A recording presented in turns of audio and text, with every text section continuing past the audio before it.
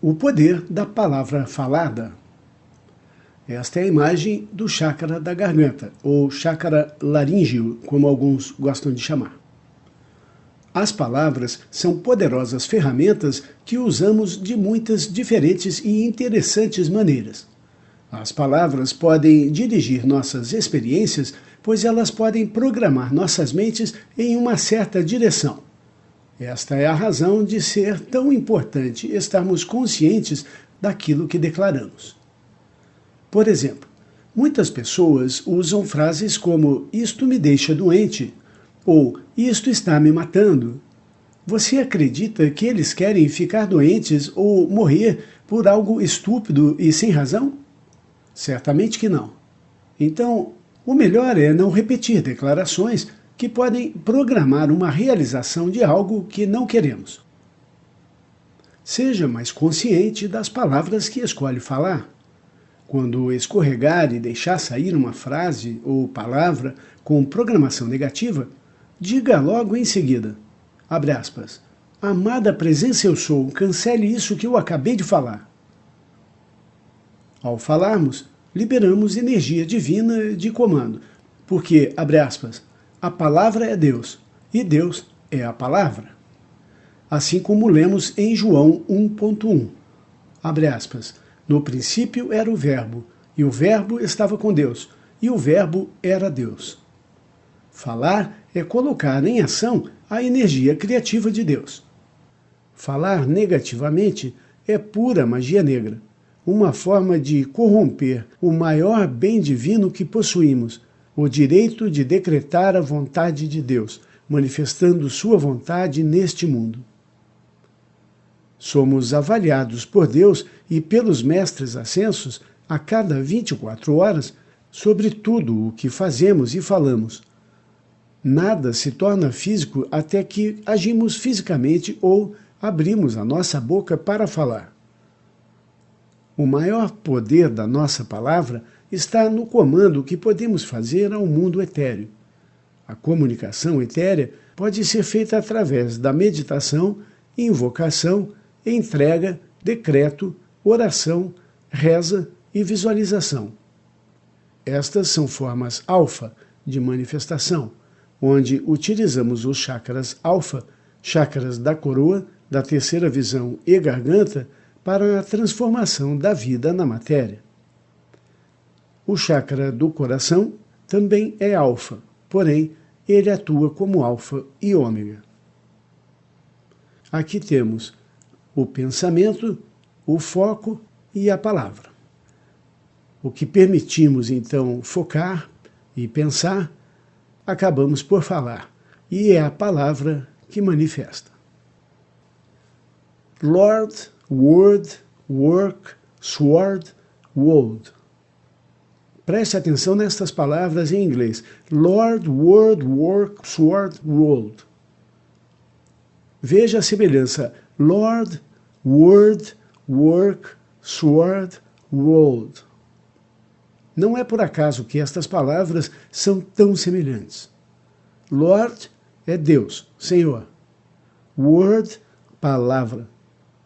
Work, trabalho. Sword, espada.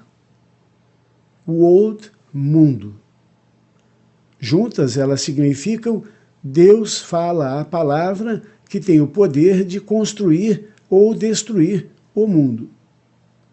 Nós somos filhos de Deus e, na qualidade de filhos, Lord, somos como Ele, capazes de falar a palavra, Word, que tem o poder de movimentar as energias, Work, no planeta Terra, World.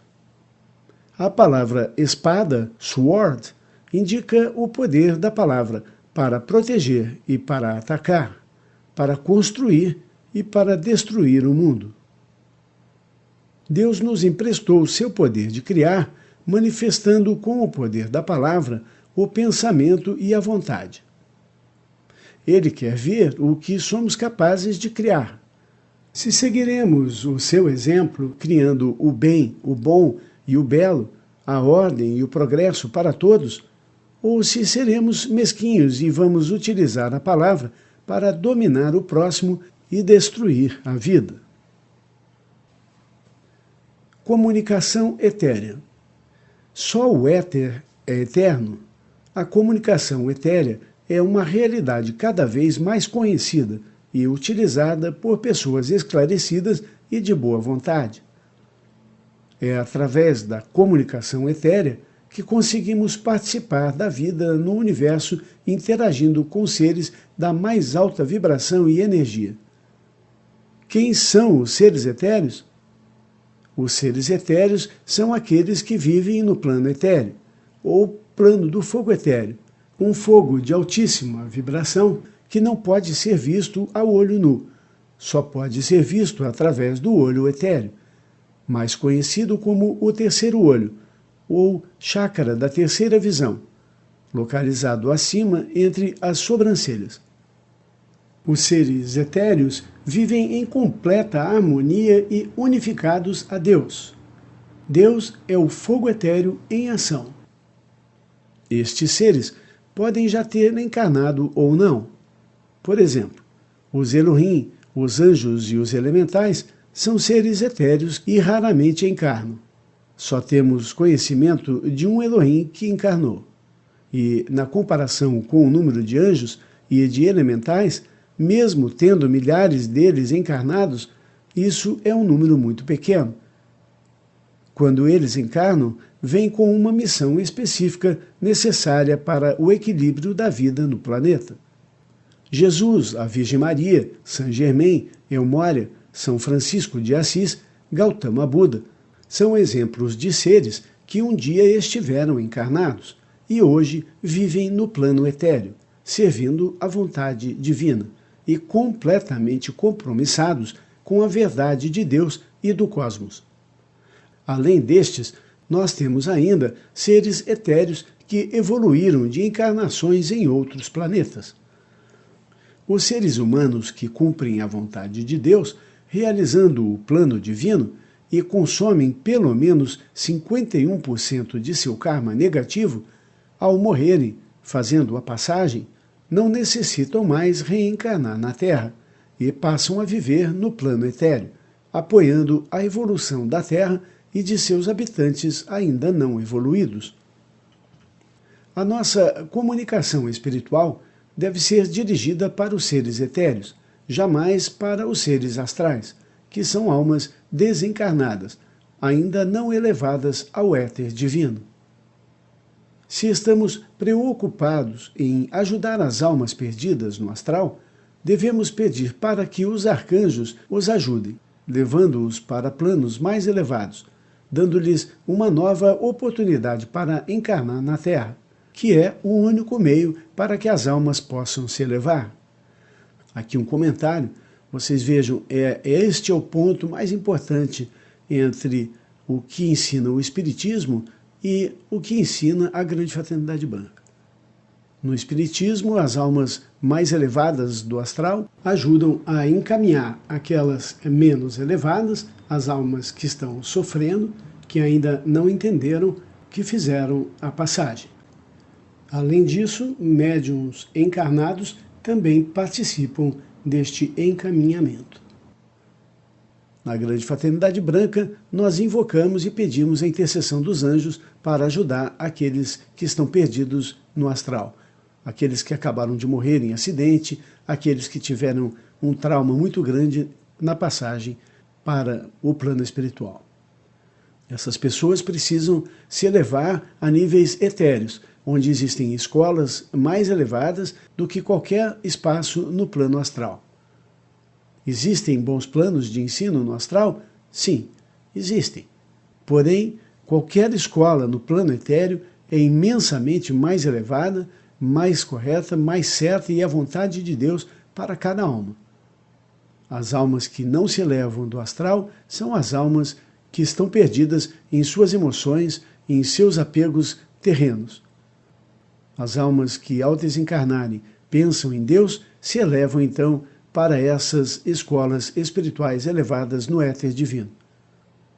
E quando oramos e pedimos para que os arcanjos vão e busquem convencer, ministrando o conhecimento da importância de pensar em Deus e desapegar-se da Terra, então essas almas ganham uma oportunidade muito maior de até reencarnar numa situação melhor. Hoje o número de pessoas que reencarnam diretamente do astral é muito elevado. E uma dessas causas são as escolas espíritas. Continuando, até quando devemos orar para solucionar um problema? Até sabermos que as nossas preces foram ou não atendidas, até obtermos uma resposta.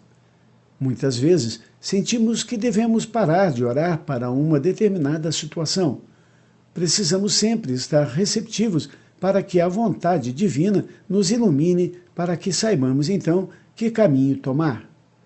Quem está orando o oposto da minha oração? Existe uma força contrária? Quanto mais soubermos, quanto melhor for a nossa visão sobre a situação e a realidade, melhor será a nossa oração aos mestres. E quanto melhor for a nossa oração, quanto mais completa ela for, quanto mais específica for a oração, melhor e mais rápida será a resposta. Por isso, precisamos aprender a meditar antes de agir. Energia tem peso e tamanho. 2 corpos não podem ocupar o mesmo espaço. 2 seres não podem dominar a mesma coisa ao mesmo tempo, a não ser que estejam em comunhão. Por isso, devemos sempre pensar se o que vamos pedir a Deus não está indo de encontro ao livre-arbítrio de um outro filho da luz. Às vezes, as pessoas perdem uma vida inteira em orações contrárias umas às outras. Uma perda de tempo e energia. Aqui vale um comentário, e isso às vezes vai vida após vida. As pessoas reencarnam em vidas subsequentes, disputando a mesma coisa, encarnação após encarnação. Continuando. A meditação é a sabedoria divina em ação. Busque sempre a orientação dos mestres ascensos para saber encontrar o caminho certo para que suas invocações e decretos saiam perfeitos e atinjam seus objetivos com o menor esforço possível, sem desperdício de energia e tempo. A vontade divina é a razão. Submeta todos os seus pedidos à vontade de Deus. É importante afirmar ao final de suas orações que a vontade de Deus esteja sempre em primeiro lugar. Diga, abre aspas, que a vontade de Deus seja feita acima da minha. Seja específico em seus pedidos. Não adianta pedir um carro e muita água para atravessar um deserto e esquecer de pedir a gasolina extra, necessária para toda a travessia. Vocês se espantariam com a quantidade de pedidos incompletos que as pessoas fazem. A gratidão e o perdão são a chave do fluir da energia. Muitos não conseguem atingir seus objetivos em suas orações por não entenderem a necessidade de estarem sempre gratos e felizes com Deus e com aquilo que já possuem. É preciso aprender a perdoar os erros de seus irmãos, admitindo o direito que todos temos de errar, e ainda de sermos capazes de estender nossas orações para aqueles que, como nós, estão passando pelo mesmo problema. Por exemplo, quando pedir proteção para seu filho que saiu à noite, peça também por todos os jovens que, como ele, precisam de proteção e direção divina. Reclamações são extremamente ruins para quem reclama. São como orações negativas que atraem mais daquilo que se reclama. Não adianta ficar orando e invocando a chama violeta e o primeiro amigo que te pergunta se está tudo bem, você desanda a falar sobre todo o sofrimento pelo qual está passando, ou que os crimes e os políticos estão destruindo o nosso país. Só falamos dos problemas para quem realmente pode ajudar a resolvê-los, mesmo assim, sem lamentar. A lamentação é um sentimento de derrota. A lamentação é uma lama que nos leva para baixo. Aqui vale um comentário. A lamentação é a palavra levando o sentimento ruim, o sentimento de derrota, a energia astral para o físico. Essa não é a vontade de Deus. Como podemos usar a palavra que é Deus para manifestar algo que não é a vontade de Deus? Continuando, a compaixão é muito importante. Deus espera que estejamos orando uns pelos outros. É isso o que mais agrada ao nosso Deus. Quando pensamos em ajudar os outros, Deus abre um novo mundo de opções em nossas vidas. Precisamos ser e agir sempre, abre aspas, um por todos e todos por um. Você está onde sua atenção está. Se você pensa ou olha para alguma coisa, lá estará a sua energia. Quando queremos alguma coisa e procuramos por todos os lugares, deixamos de procurar onde é mais fácil de encontrar, dentro de nós mesmos. E o que isto significa? Significa que quanto mais focarmos em nossas mentes aquilo que queremos manifestar, quanto mais desejarmos em nossos corações e invocarmos em nossas bocas, mais rápido Deus poderá entregar para nós. Manter o foco na vitória e conclusão daquilo que é bom e digno de realizar é o caminho para a vitória. Sua oração só tem poder se você mantiver o foco naquilo que deseja manifestar. Quando focamos e falamos sobre alguma coisa constantemente, os arcanjos, os anjos e os elementais trabalham para que nós tenhamos aquilo que estamos falando, pensando, sentindo, focando o tempo todo. Não queira fazer o trabalho dos anjos, não queira ser patrão e funcionário ao mesmo tempo. Você não está apto a fazer o trabalho dos seres cósmicos, pela simples razão de que você atua na posição de ser atômico, materializado, um ser responsável pela criação das coisas, a manifestação do espírito na matéria, e pela ordem da execução delas. Busque o exemplo de Deus, comande o mundo espiritual para a manifestação da vontade divina. Participe do nosso grupo de estudos nos endereços eusoluz.com.br, mestreelmoria.com.br, grandefraternidadebranca.com.br.